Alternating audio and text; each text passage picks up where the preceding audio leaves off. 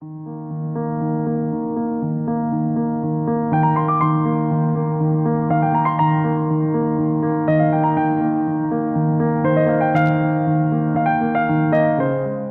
early January, it would have been inconceivable that any event would push the recent tragic bushfires into the background. But this is exactly what the worldwide pandemic known as COVID-19 has done. Everything else has paled into insignificance. Had that not been the case, the spotlight would have turned very brightly onto the issue of climate change and what governments and industry needed to do to meet the challenges faced by an increasingly hotter and drier continent. Before this summer's bushfires and the arrival of the pandemic, some councils were taking action themselves on the question of climate change. On the 5th of December 2016, Darebin City Council became the first Australian council to declare a climate emergency. They were soon followed by Yarra Council on the 7th of February 2017. Since then, at least 85 councils representing more than 7 million Australians have followed suit. Two councillors led the charge at Darebin, Steph, Amir and Trent, McCarthy. They join us today as part of our series Leading in the Public Interest, which is brought to you by McArthur's Talent Architects Division. Steph and Trent, thanks for joining us today. It's great to be here. Thank you. Great to be with you. Steph, perhaps you can start off by telling us when and how the idea emerged and how it was initiated. Sure. So the concept of a climate emergency has been around for a while, for more than a decade, and it was a concept that was developed by some Darebin local residents who are experts in the climate field, so particularly Philip Sutton, David Spratt and Adrian Whitehead and others. So there's a book written, I think in 2005 or 6 called Climate Code Red that lays out the case for the climate emergency and what an emergency response would look like, and I suppose the model for implementing that. So it was something that was on our minds before even the election. So in 2016, Trent was already a councillor at the City of Darebin. I was running for election for the first time as a candidate for the Greens, and this was one of the key platforms that we were running on, partly because it was something that we were very passionate about, but also partly because it was a really high priority for community groups in the area. It was absolutely a community-driven idea and one that we were really excited that we had the opportunity to then be able to pick up and be the first council to declare a climate emergency. And in the original model, I remember discussing this, I think it was in 2016 with some of these experts, that they had this idea that Darebin declares a climate emergency and then it encourages other municipalities in Melbourne, that then might lead to other municipalities around Australia, hoping to get some commitment at a state level, at national level, and then over time have international impact. And instead what we've seen is this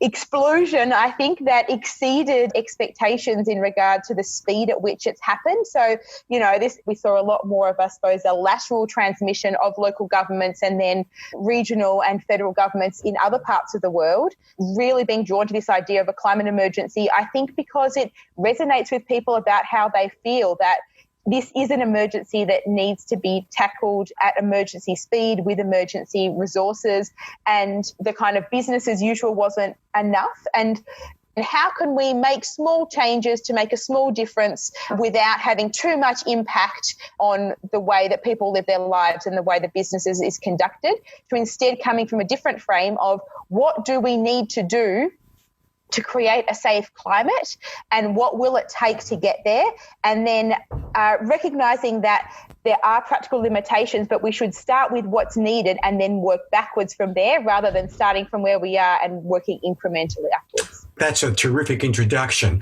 So, Trent, what brought you into this arena? I can hear the passion in Steph's voice as she speaks about this. So what was your motivation for getting on board? I think I first came into contact with the climate emergency frame or concept. In fact, when Philip Sutton and David Spratt wrote their book, Climate Code Red, which was in around 2006, 2007.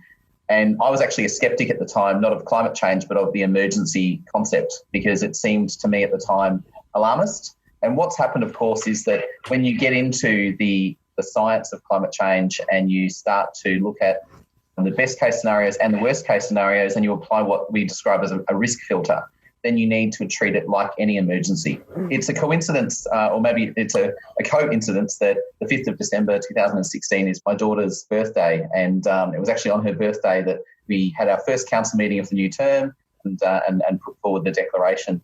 And in doing so, I don't think we fully comprehended the impact that would have. As of today, there are 1,732 councils or jurisdictions around the world that have declared climate emergencies. 96 are in Australia, and in fact, Darebin was the first in the world to do that.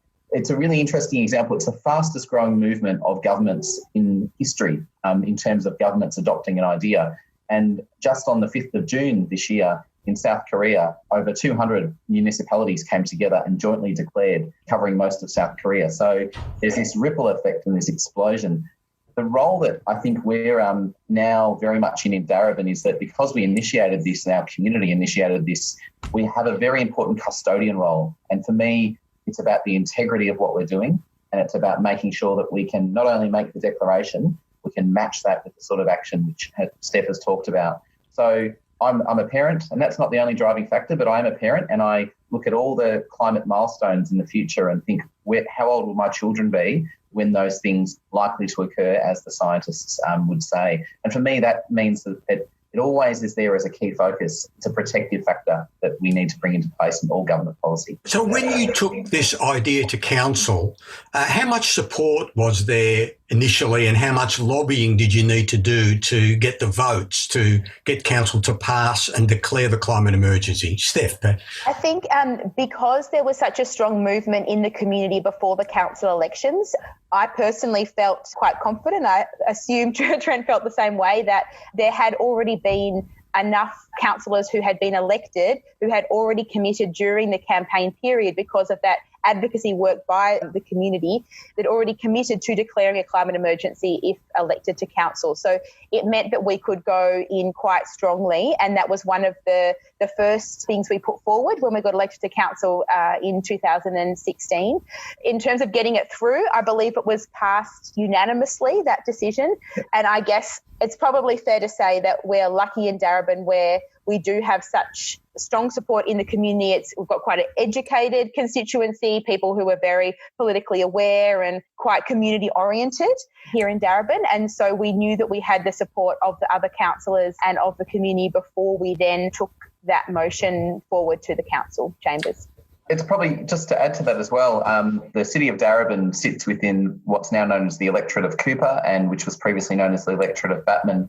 And we were aware that things like the ABC Vote Compass had found that our area, our electorate, had the highest level of climate concern in Australia. So we knew that in terms of putting forward a bold policy position that was actually also consistent with the science and what the scientists were saying, that we would have the backing of the community. That doesn't mean that there are going to be detractors. And there's also people, of course, who would say, why would a council be taking a position that the state or federal governments haven't taken?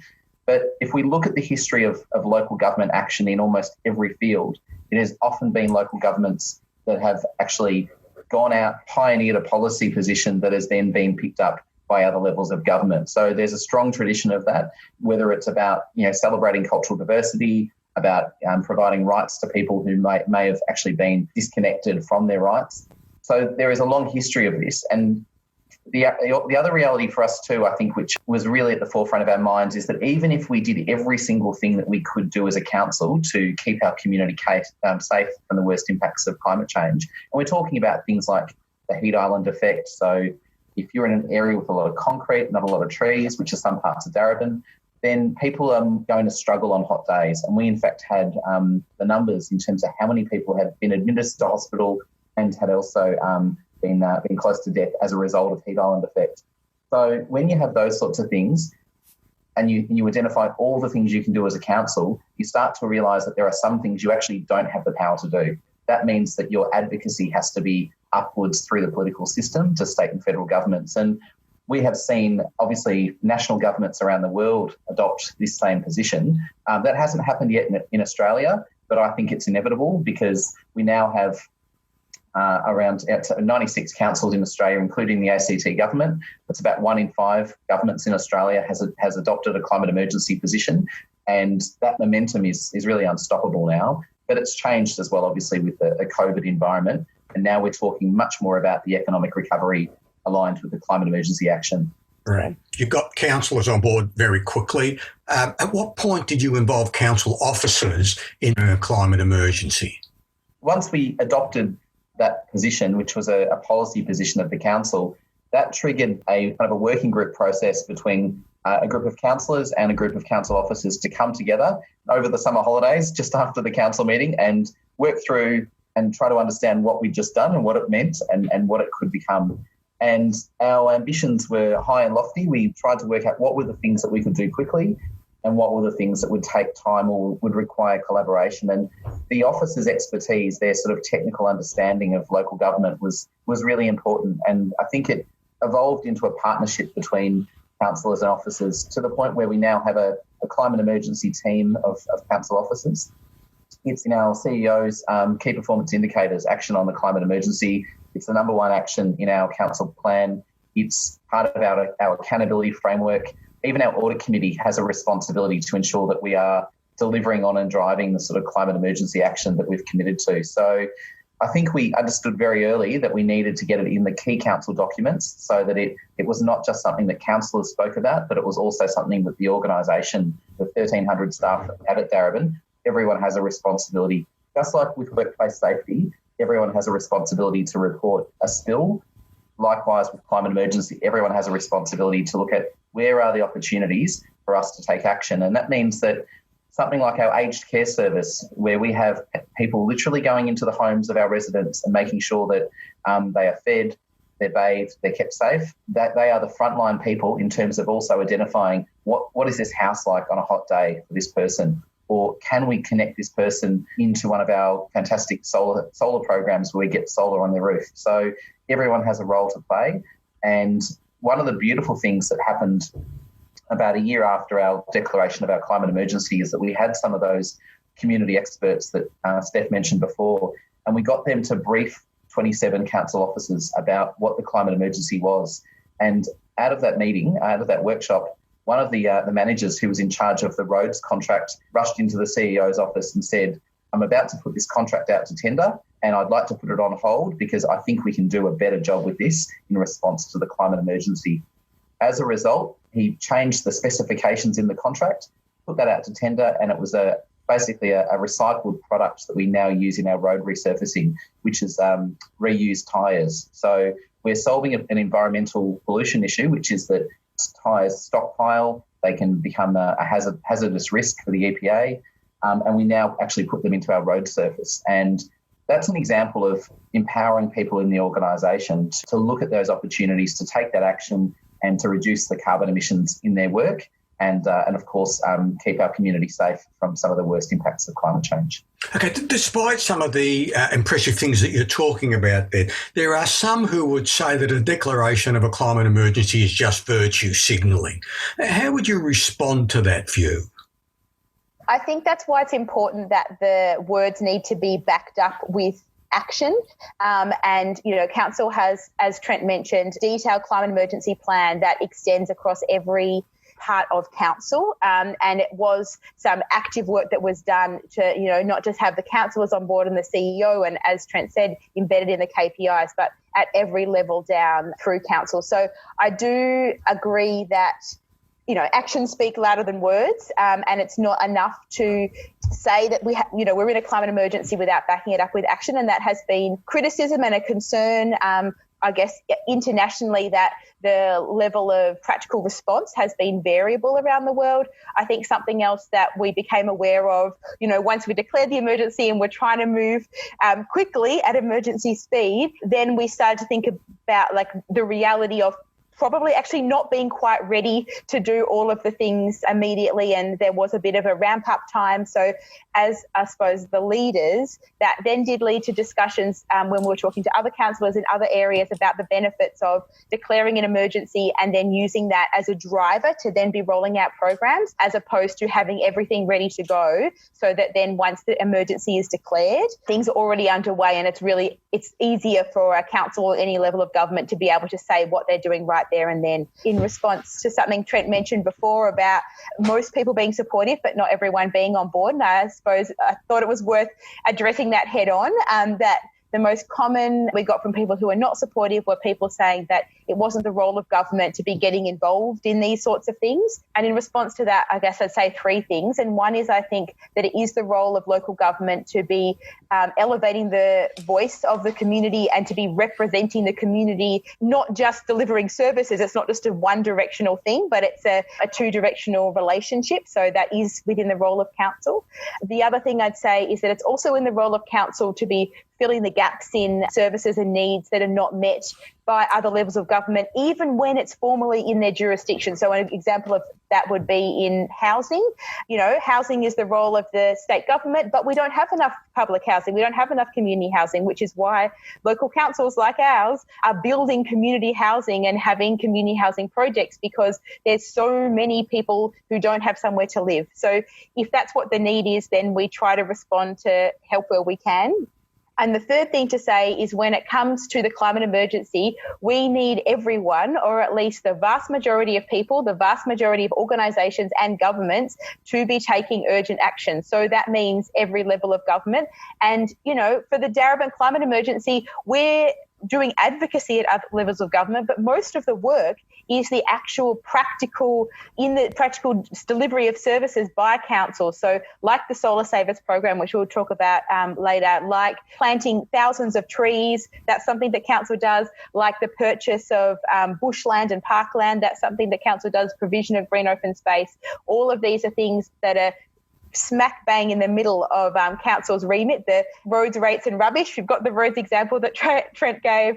Rubbish is something we've been really focused on with our shift to the food waste collection, moving more into textile collection, all of these things to reduce carbon emissions through explicitly council programs and services. What have been the financial implications for you? How much more difficult has it made for you to put together a council budget that balances or close to it, given a lot of these initiatives that you're putting in place? It's a really good question. Just to pick up on something that Steph just said, when we think about budgeting and a budget response in a climate emergency, it's not just about new money. It's actually about how are we spending council's money and community money in a different way. So the example of our roads, rates and rubbish programs, we've used our rate system to have the largest rollout of solar installations on rooftops in Australia in any community. So we've doubled the amount of solar generation in the city of Darebin. Primarily that's been through our Solar Saver program, which enables people to put solar on their roof and being able to pay it back through their rates. So that's when council provides the finance up front, and particularly for low-income homes, but also for businesses, and people get to pay that back over a 10-year period. So that means that there's a financial outlay from council, but the vast majority of that money comes back. And that's really council operating a bit like a green bank. It does the hard work that the community itself may struggle to do on its own. In terms of actual headline costs, there's a different way of thinking about this, and this is what I think our finance department understands, is that if you think about the climate scenarios in the future, so for instance, building maintenance, if you don't look after your buildings, and you don't do the environmental upgrades that they're required to have these days, or should be required to have, then they're going to cost you a lot more and cost your community a lot more down the track. We're lucky in Darebin that we're not a coastal municipality, but some of our coastal councils who have actually declared climate emergencies haven't just done it on the basis of the science, but on the basis of the fact that their natural assets and their community assets are at direct risk from not only sea level rise or storm impact, but for instance, down at the Bass Coast Shire, the area of Inverloch, they've lost 50 metres of their beachfront in the last 8 years. Now, that's an example of a council stepping in and saying, we can't do this alone, but we are going to do everything we can to save our beach, because supports our economy and it supports our community. And I think for Darebin, we are thinking about our tree planting programs, 100,000 trees and plants planted during the COVID period to directly green up our community so that we can actually keep the place cooler and support all those sorts of both nature-based and climate responses as well. Steph, you spoke earlier about the need for all levels of government. Federal government is not positively predisposed towards climate change, amelioration and initiatives. So has that created any tensions for you with the federal government, given the strong position and the leadership that Darebin has taken? I guess it would be fair to say that as councillors, our priority was retaining a good relationship with the councillor group, with the council staff, with the community, and representing our community. I think we did understand from the beginning that saying what was true and representing the community and doing what we thought was important was probably likely to cause some nervousness on the side of the federal government and maybe some backlash. And we did see that with the example of the decision around Australia Day and the federal government then deciding to revoke the council's ability to conduct citizenship ceremonies. For us, that's something that I guess had a positive side in that it did help to then elevate the issue. Of course, when it comes to the media likes conflict. So by having that backlash, it then did in some cases help to elevate the issue, raise it up to a state and national level that allowed more people to hear about the climate emergency, to have input, to hear about what's going on and hopefully then be advocating for their own local government and state and federal government to follow that path as well. But climate emergency, I'd say, was one of several issues where there has been disagreements with the approach that we've taken to federal government. The other ones, and also on marriage equality, probably be similar as well. But we felt it was important to represent our community, and the reality is that we know that we live in a community where people do feel passionately about climate change, and that was something that was important to us. And it probably is true to say that some of the views in Darebin were different from the views in some other parts of the country. And I remember around a few of these issues getting tweets or negative comments from, in some cases, state MPs from conservative areas saying, you say you are representing the people, but you don't. And I responded saying, I'm representing Darebin. You might be representing a conservative area, but by making this statement, you are demonstrating that you don't understand what the people in Darebin want. And we do, and that's why we're acting in the way that we did. I want to come back to the process of the declaration of a climate emergency, but in a slightly different context. You had a community that was strongly behind you. You had a council that was united in going forward with the declaration of a climate emergency. But what advice would you give a council that was considering declaring a climate emergency that didn't have the unanimous support of the community and the council in the same way that you did at Darebin? It's a great question. There are three main ways that councils end up declaring a climate emergency. One is the sort of model that Darebin had, which was a sort of a council-led approach, and that's very much the councillors already want to see it happen. Another model is where it comes from the community, so it's a grassroots movement, and most of the declarations that happened in the United Kingdom came through that way. So there was a huge upsurge of climate concern, and the groups that were advocating for action use the climate emergency as a framework on that front. The third way is a deliberative process, which I think if any council is unsure if this is where they want to head, this is a great example of what they can do. Mount Alexander Shire, which includes towns like Castlemaine, they had their councillors were actually divided. And in fact, at one stage, despite them having pockets of what you might describe as kind of progressivism in some parts of that community, they also had people that were very reluctant about the term emergency because of their experience with bushfires and what they would describe as traditional emergency concepts.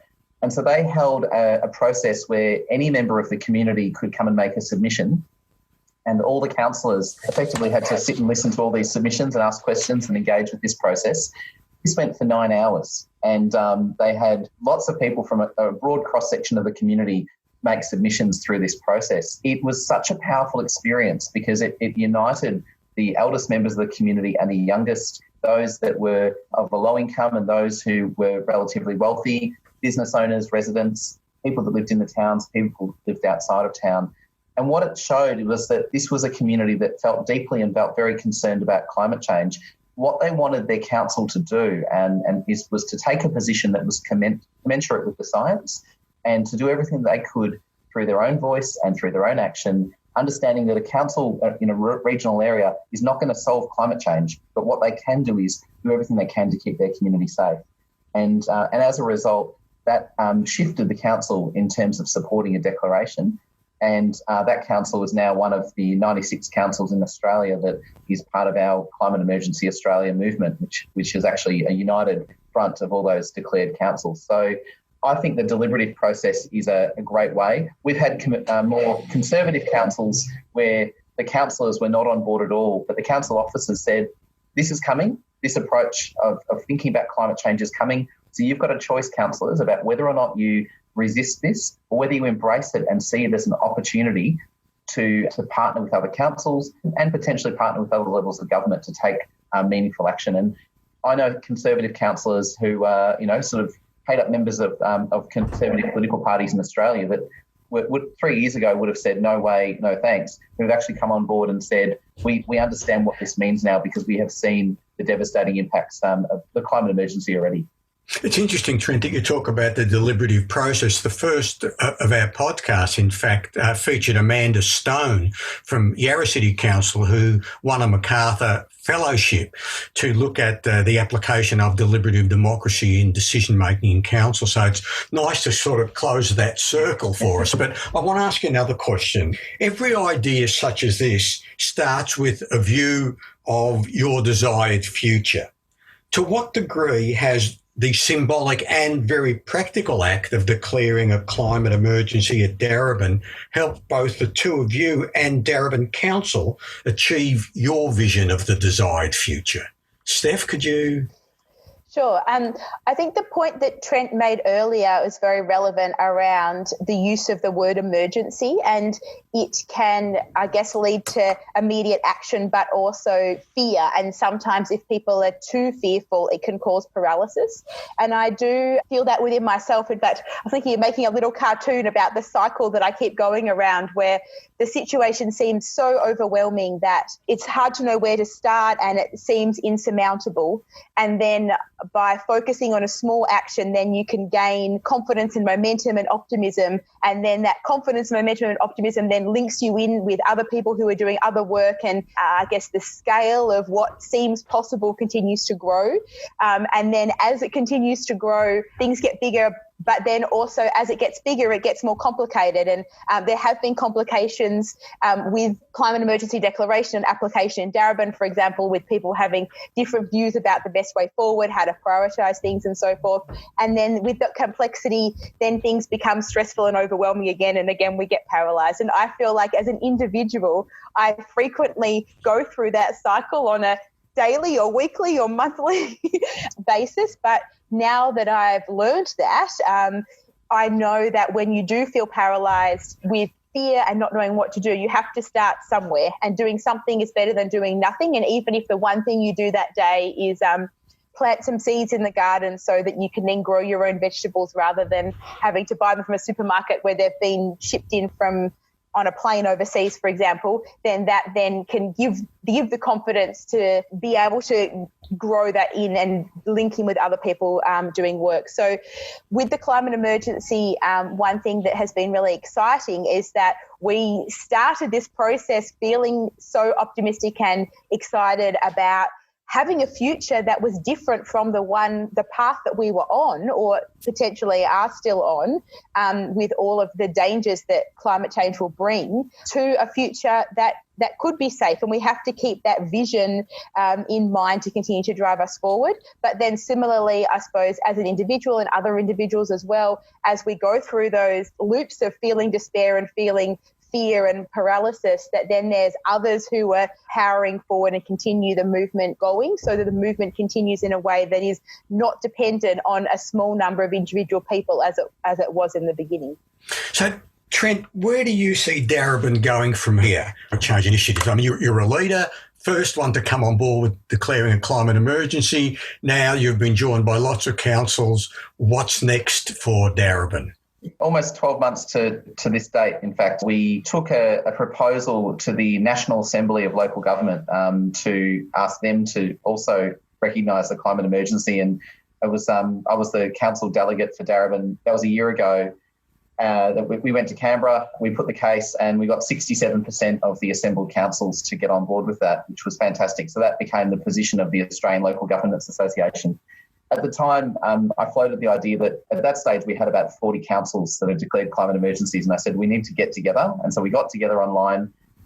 We had a couple of meetings also internationally with councils, and I floated the idea of us setting up a thing called Climate Emergency Australia. And I'm really pleased that 12 months on, we've now got a whole group of councils from around the country that have co-contributed to setting this up as the collective lobbying force for what local government needs to act on the climate emergencies. That is in the process at the moment. It's about to be launched. It's very exciting. It's a way of us mobilising the collective power of local governments from across the country, whether it's our colleagues up at the City of Darwin who are at the forefront of generating renewable energy, which they're exporting overseas, which is amazing. So exporting renewable energy from Darwin to Singapore is an example of new thinking around our response.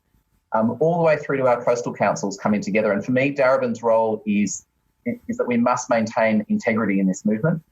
We must also continue to demonstrate through our action on the climate emergency is possible at all levels of government. So that's the role modelling piece. And I think also picking up on Steph's point before, we need to remain hopeful, because simply by saying, so for instance, I always equate the emergency declaration as seeing the fire on the horizon and saying there's a fire and we can either ignore it and turn our backs, or we can address it and approach it with positivity, with passion, with collaboration, and turn that into an opportunity. And so I've worked in the fire service, and I know what happens in a group of firefighters is that they come together and they work like family to solve a problem collectively. And that's the sort of thinking and approach which we're already seeing.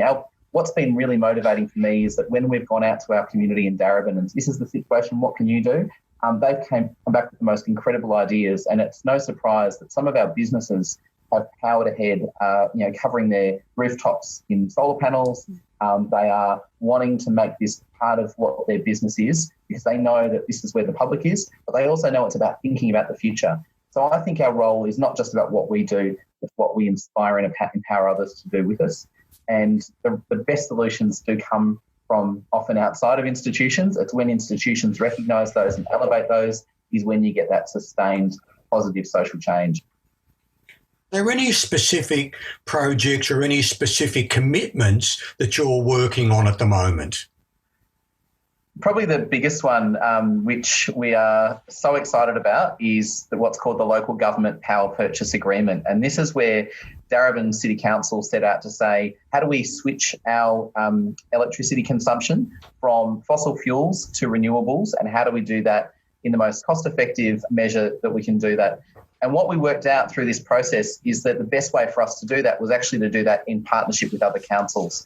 So we got one of our council workers to focus purely on this for over 12 months, and he connected up with over 50 councils around Victoria. So there are 79 local councils in Victoria, and he spoke to most of them and got them to come on board and agree to collectively pool their electricity consumption under the one agreement.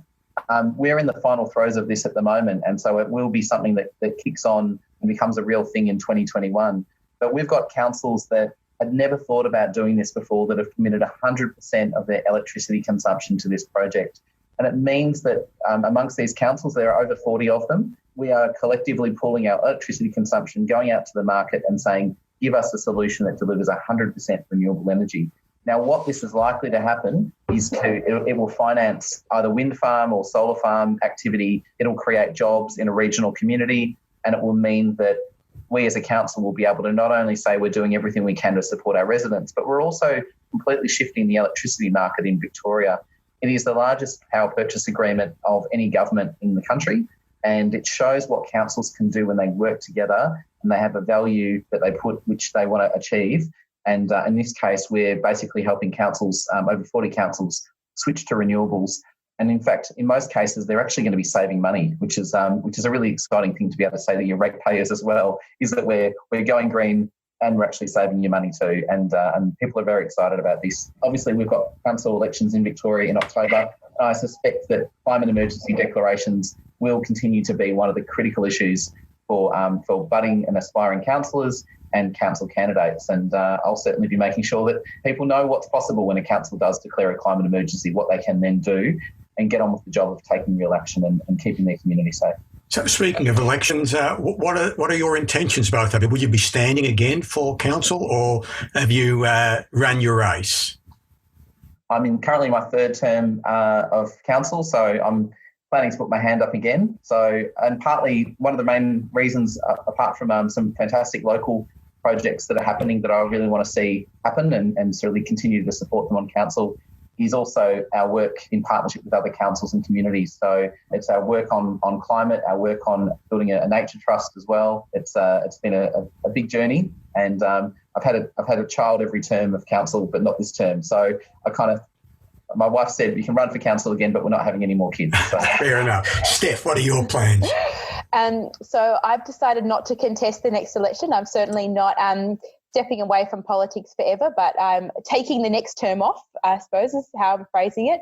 My daughter was born 2 months after I got elected, and was certainly quite a challenge. And then 7 months after that, I got very sick, ended up in ICU and have ongoing disabilities from that illness. So it's been a wild ride, I'd say. It was a lot going on in the last 3.5 years, and I've been really proud of what we've been doing on council, and it's such a wonderful role and such a wonderful privilege, and I want to make sure that, you know, if I'm being a councillor, I can be the best possible councillor I can be. So I'm going to take the next term off. We're hoping to have another baby, and I'd rather not do that at the same time as having a new council role and a new baby at the same time. That was quite a challenge. But certainly I've spoken to many people who encouraging them to run for council, particularly those who are passionate about climate change and making a difference. I actually had a previous role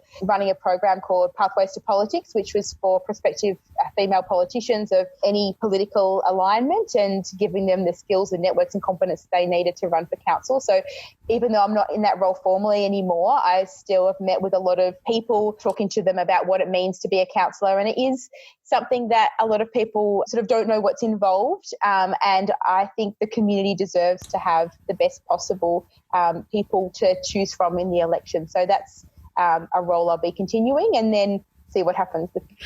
Look, clearly Darebin's been a leader in this whole issue of climate change, not just in the declaration of a climate emergency. And listening to the two of you, it's quite clear that Darebin's not going to hand over that leadership role very quickly to someone else. Trent and Steph, thank you for joining us today to talk about the story of Darebin City Council declaring a climate emergency and the impact it's had on the council, the community, and the two of you. Thank you.